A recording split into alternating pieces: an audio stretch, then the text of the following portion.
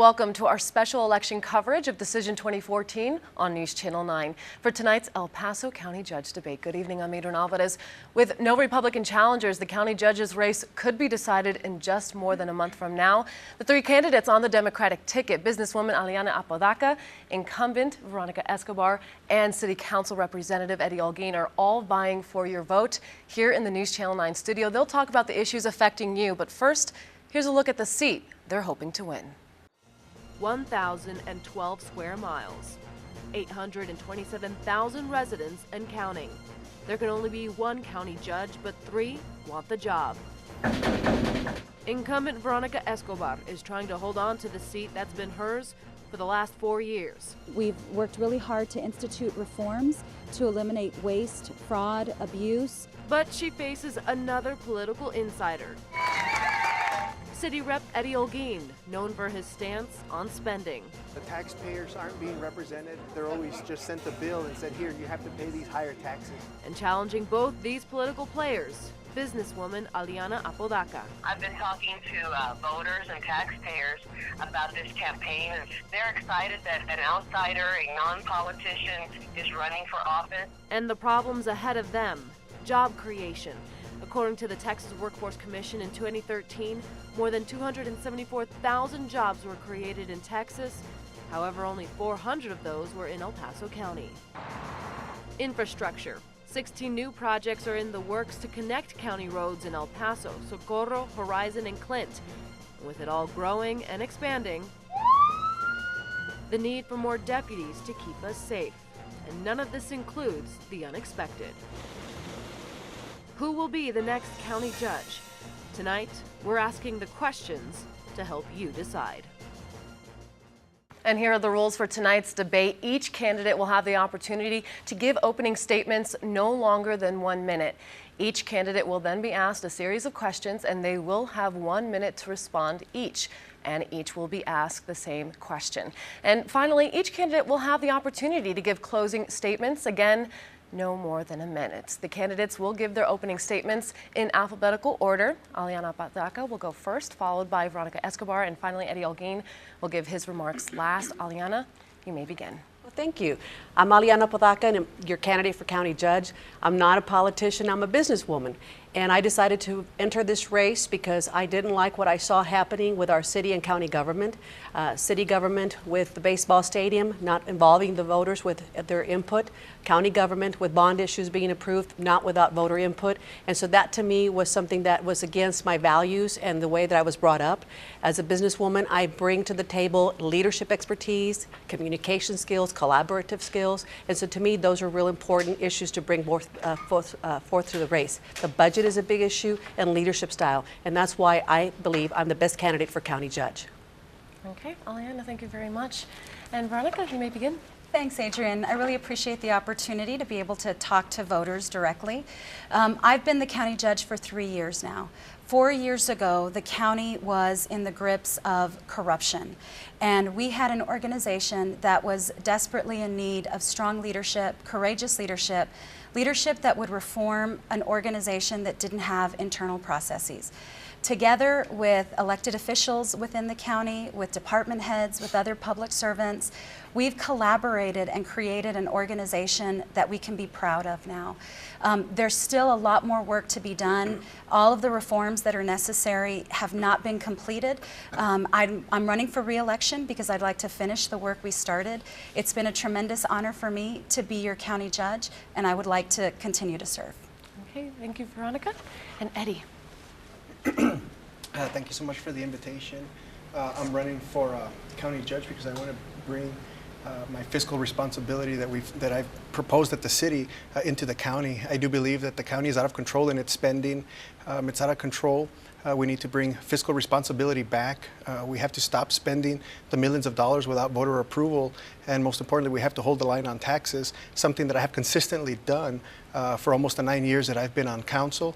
I have always listened to the constituents. I have continuously sided with the citizens of El Paso.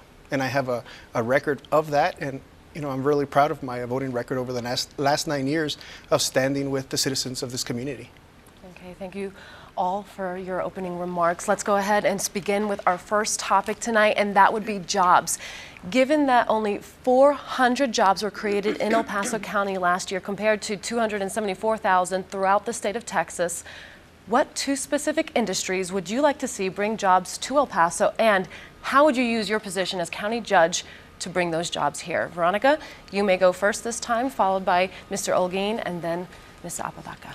Well, the community has come together and made the determination that our top priorities would be healthcare, manufacturing, and high-tech industry. The county actually has been leading the way in helping create healthcare jobs. The beautiful children's hospital that we've built right at the center of the Medical Center of the Americas, that created 400 new jobs. Healthcare jobs that will not leave the community, unlike the maquila jobs that we saw leave El Paso in the 80s and the 90s. We're also creating 400 additional jobs through the healthcare clinics that we are building throughout El Paso. I've got a really great relationship with the Greater El Paso Chamber of Commerce, have worked very closely with them on economic development, same with the city of El Paso. In fact, we have a unified economic development department where we have 2 of our folks embedded in theirs, and I've recently begun a great relationship with the Borderplex Alliance as well. Many times economic development and jobs is about relationships, and I've got those relationships. Okay, Mr. Holguin?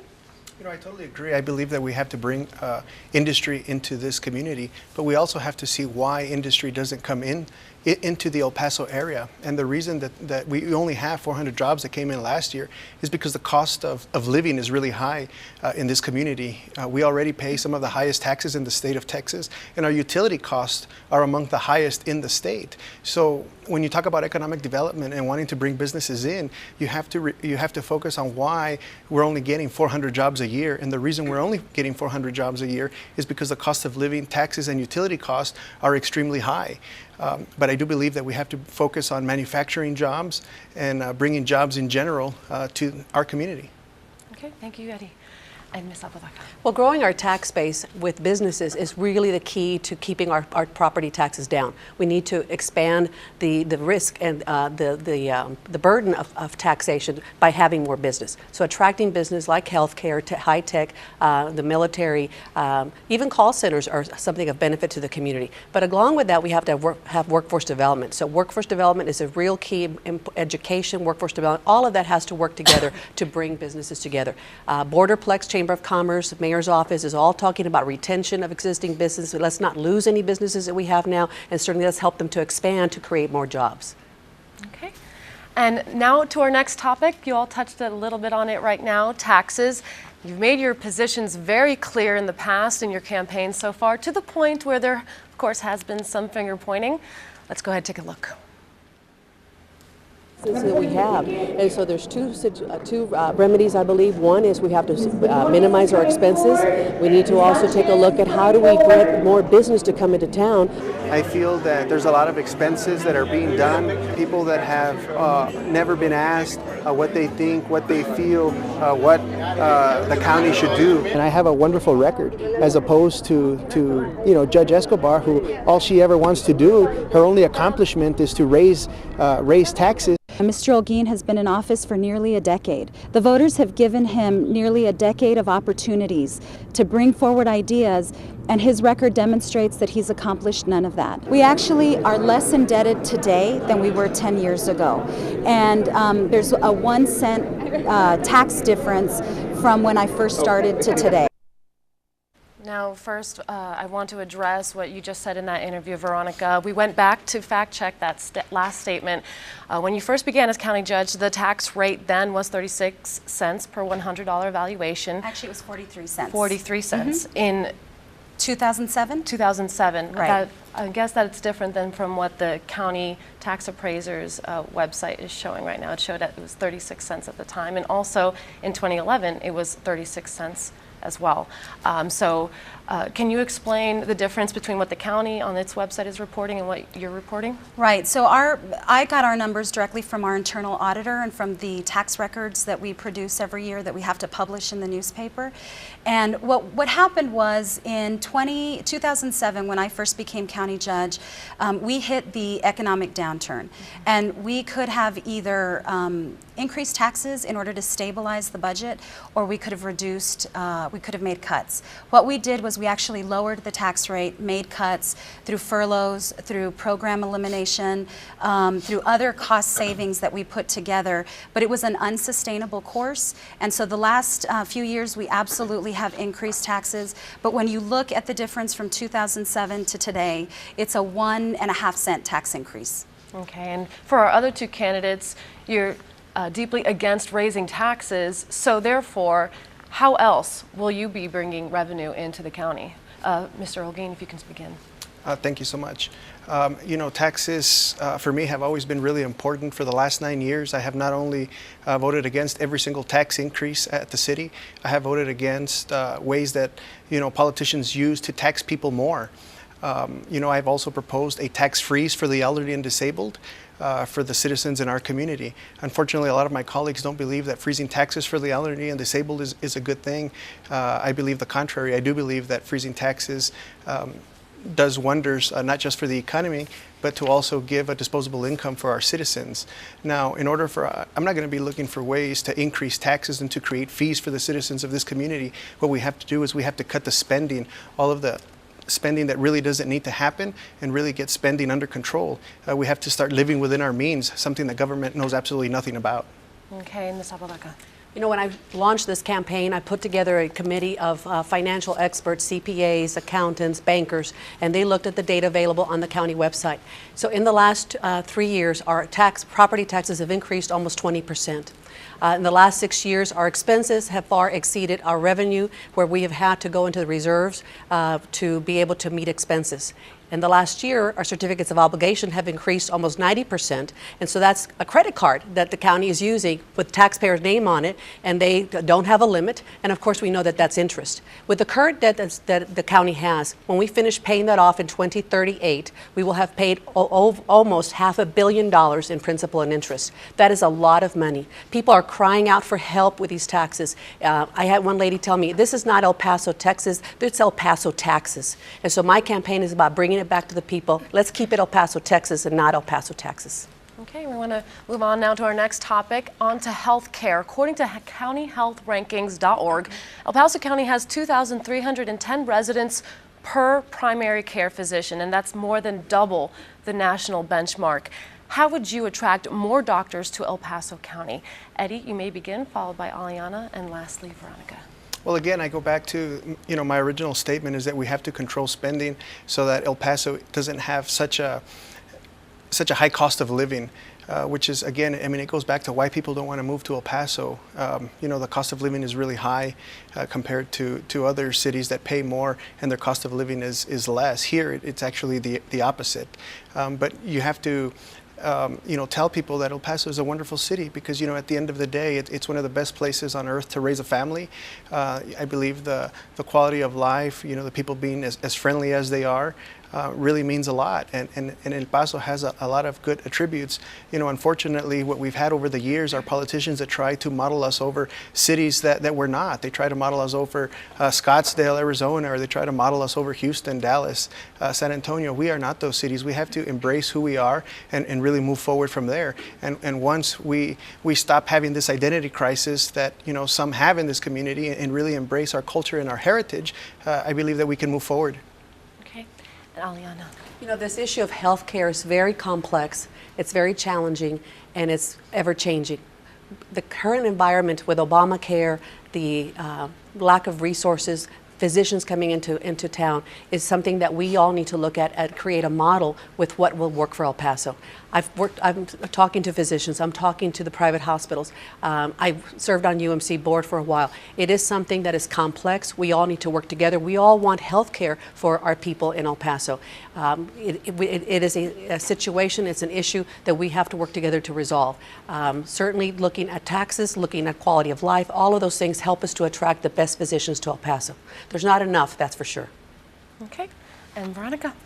Well, we have among the highest waiting room wait times in the nation. In fact, I think we have the highest waiting room wait times.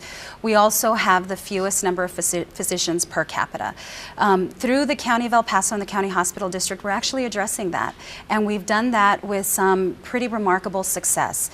We have attracted dozens of specialists and subspecialists in the pediatric area through the Children's Hospital, something that naysayers said could not have been done. We have also, we're also working through the new clinics that we're building on retaining the Texas Tech residents who normally would not stay in El Paso. And so we're growing our own doctors. The key is giving them a facility to live and work in, a medical home, so to speak, for the physicians so that they can stay in this community. We are actually tackling that problem. I think we've had remarkable success, and I'm looking forward to continuing with that success. Okay, now we want to move on to our next topic. County commissioners have the opportunity to bring in 10 more school resource officers to schools in Clint, San Elizario, and Canutillo, but that's going to require more than $400,000 to meet federal grant requirements, and commissioners have postponed any decision on that. So tonight we're asking, what would you do? In light of the recent school shootings across the nation, do you feel that the county should contribute resources for school safety, or should school districts take full responsibility? This time we want to begin with Aliana, followed by Veronica, and then Eddie. You know, I was recently at a company where they had a presentation on a threat entering the building. And I was so surprised at what I learned about that drill sponsored by the Sheriff's Department. It was a great presentation, and it really called to me the need for this kind of protection for our schools and for our kids. It is something frightening. We want to make sure that we're proactive about it. I know that it's a lot of money that we're talking about. However, what I understand is that this is something that we can meet down the road because we're going to have these positions filled anyway. So absolutely, we need to be proactive about protecting our kids and our schools and our families. Okay, Veronica. Actually, this would mean a tax increase. If the County of El Paso were to fund these positions, this is one of those areas where it's essentially an unfunded mandate. I think it's the school district's responsibility. They tax their residents to handle everything within the school system. I absolutely believe in working collaboratively with the school districts, but I do think that they need to fund the positions. That was the very point, the decision we made on Commissioner's Court. We asked that the Sheriff's Department go back, work with the school districts to find additional funding for that extra year. You can't be critical of high taxes and then say, I'm willing to fund whatever needs to be funded. There's a price tag generally attached to the things that we want to bring in. Okay, Mr. Holguin. Thank you. You know, again, I have pretty much the same position. I do believe this is an unfunded mandate. You know, this is better left for the school districts. They're their own taxing jurisdiction, and you know they're the ones better suited to make these type of decisions where you don't have other governmental entities meddling in other governmental entities. You know, basically trying to tell them what to do. We have to leave it up to the school districts to decide, you know, what it is they need and how they need to protect those schools. But I am under the, you know, the belief that that is an unfunded mandate, and that's better suited for the school district and the trustees to make that decision. Okay, and now I want to go to a question from one of our Facebook fans. Jim Kell wrote into News Channel 9 asking, what is your definition of a public servant? First, we'll begin with Mr. Holguin, followed by Veronica, and then Aliana. Well, to me, a public servant is what I've tried to do for the last almost 9 years, which is subscribe to a representative type government, which is a person who listens to the people. I've always done that during my tenure on City Council. I've consistently done that over and over, putting your own personal opinions aside if you have to.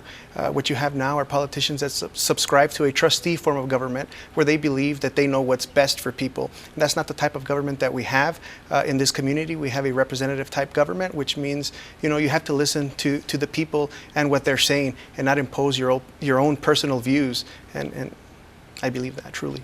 Okay, Veronica. Well, I hope that the community has seen me as a good public servant. And what I've tried to do as best I can, at least 2 or 3 times a year, I go to every single community organization, neighborhood association, civic group, Rotary Club, Lions Club, and I share with the community what's happening with the budget. I share with them bond issuances that are coming up. I share with them controversies or things of interest that the community should know about the County of El Paso. At the same time, I've led.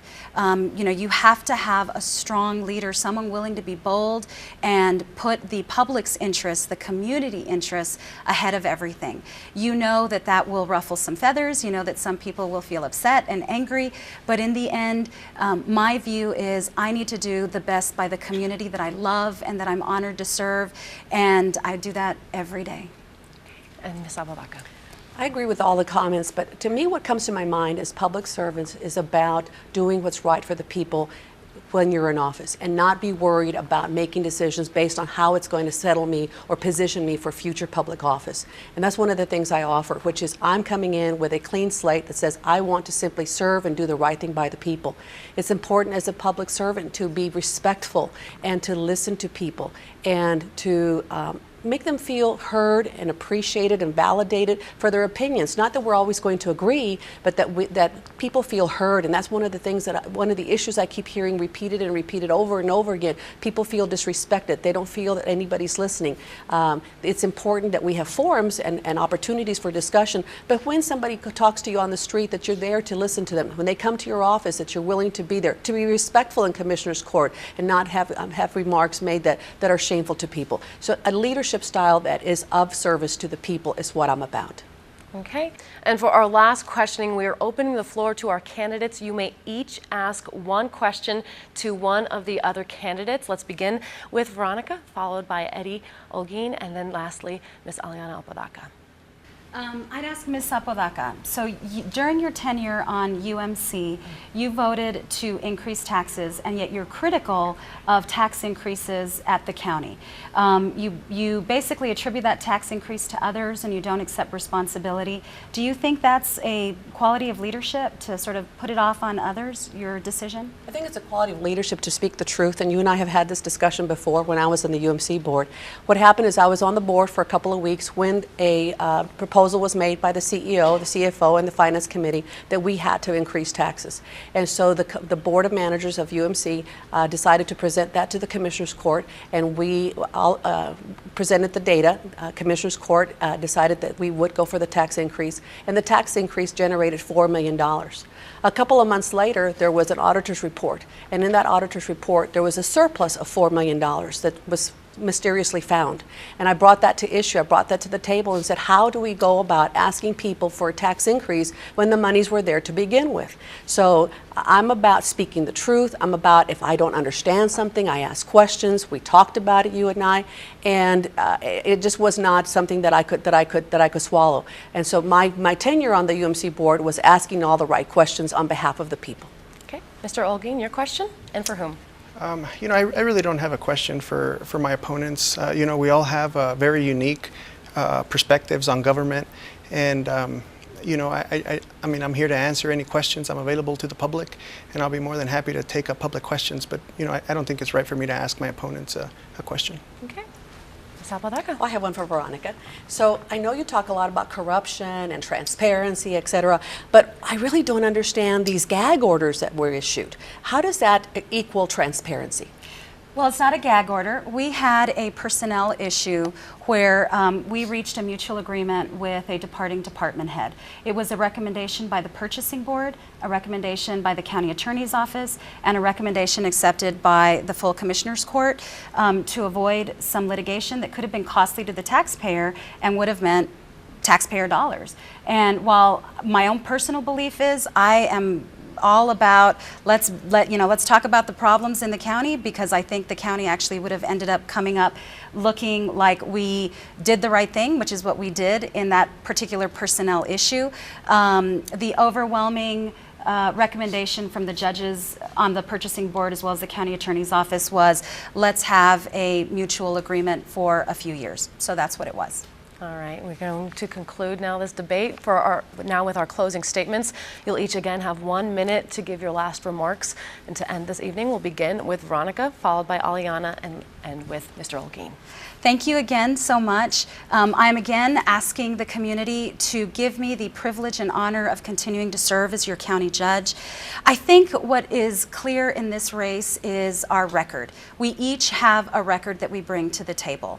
As I pointed out earlier, Ms. Apodaca is very critical of taxes, yet she voted to increase taxes at UMC.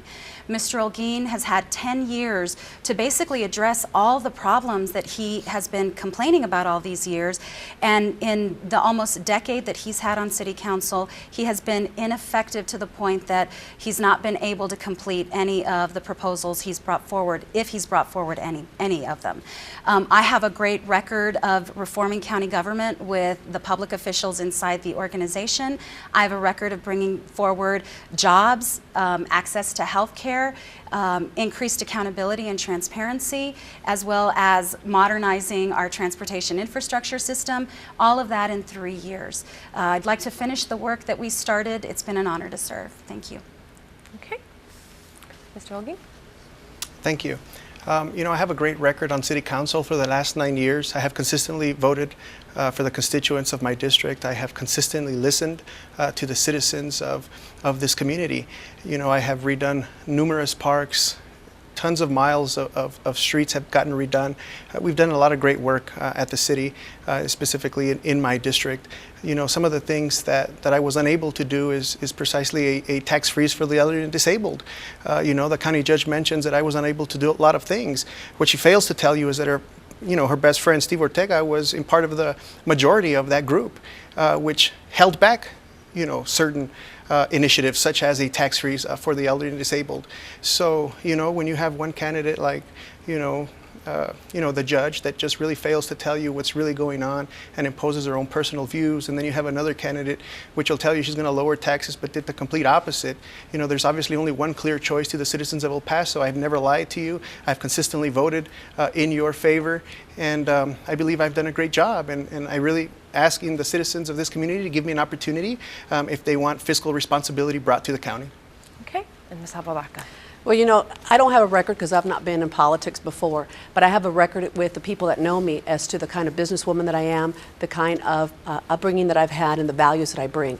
I feel in my heart that the people are crying out for help and support, for someone to listen to them and to do something about these taxes. I've not said I'm going to lower taxes. I'm going to say what I've said is hold the line.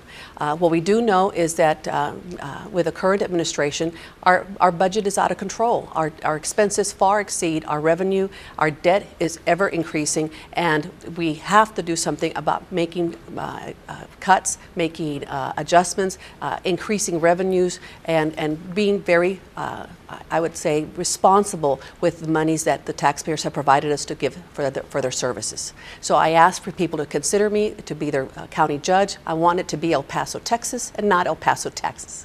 Okay. I want to thank all of our candidates for taking the time to participate this evening, and there is more time to get informed. Early voting is just 17 days away. It will run from Tuesday, February 18th to Friday, the 28th. Then the primary election night is March 4th. Again, thank you for joining us this evening for our special election coverage here on News Channel 9. Good night. Now, earlier in this broadcast, there was a discrepancy over Veronica Escobar's tax rate difference. She reported from the time she got on county commissioners to today. Now, we've learned the tax rate numbers on the county's website under 2007 are actually those of fiscal year 2008. And the numbers she was using fell under fiscal year 2007. She does admit she was in error, and the actual difference in tax rate is not 1.5 cents, but 4 cents.